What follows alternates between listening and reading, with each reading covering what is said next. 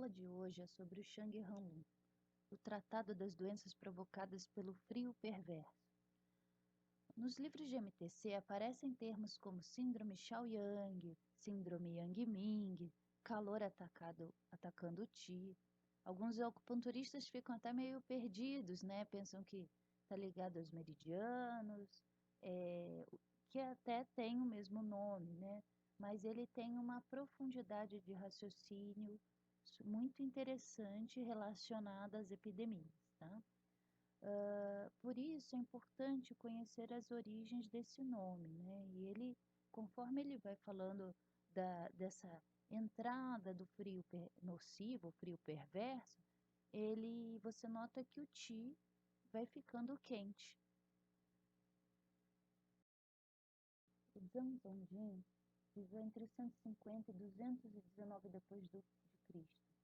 Ele, no século II, escreveu o Shang Han Za Bin Lun, o Tratado das Doenças Febris e das Doenças Diversas.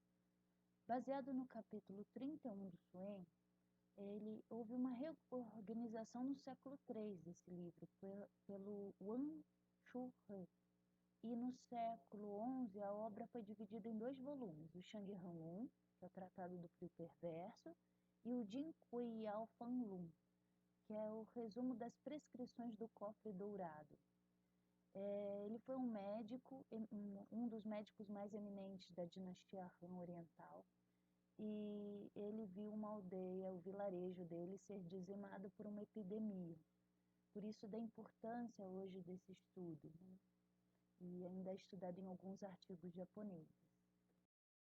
No 15, ele mostra a sua lucidez e a impotência, né? A sensação de impotência frente às epidemias.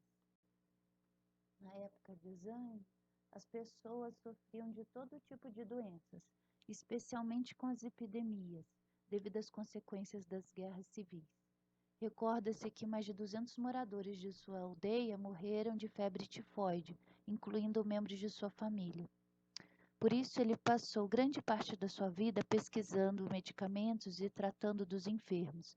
Ele observava os sinais físicos, os sintomas, o curso da doença e anotava detalhadamente os efeitos de qualquer droga que prescrevesse. Em 205 d.C., escreveu a obra médica Shang Han Za Bin Lun, literalmente Tratado sobre Patogenia Fria e Doenças Diversas, que incluía décadas de suas anotações. Nesta obra-prima, ele sistematicamente elaborou as causas da patologia e os princípios e métodos de tratamento de doenças epidêmicas e outras tantas, estabelecendo assim uma base teórica sólida para o desenvolvimento da medicina.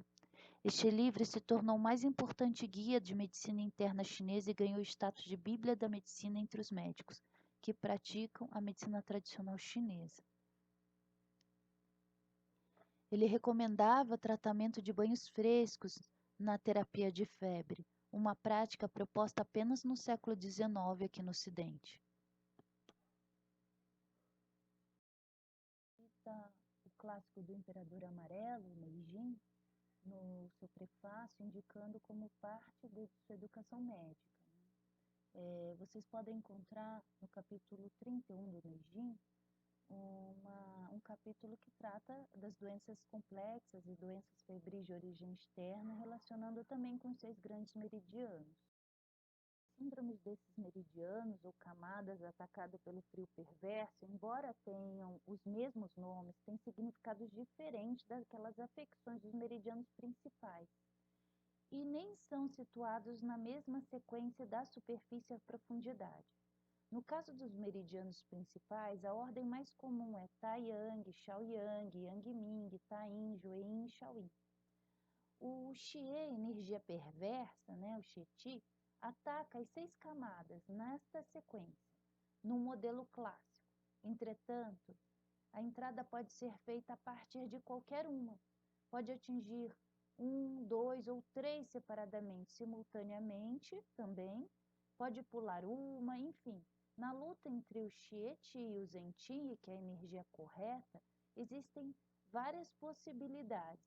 Então, aqui a gente tem que pensar, se fosse pensar numa sequência que atingisse todas as camadas, o Taiyang seria a primeira, né? Então ele coloca como se fosse os primeiros sintomas de um resfriado, né? Aquela dorzinha de cabeça, aquela resfriado ainda mais superficial, né?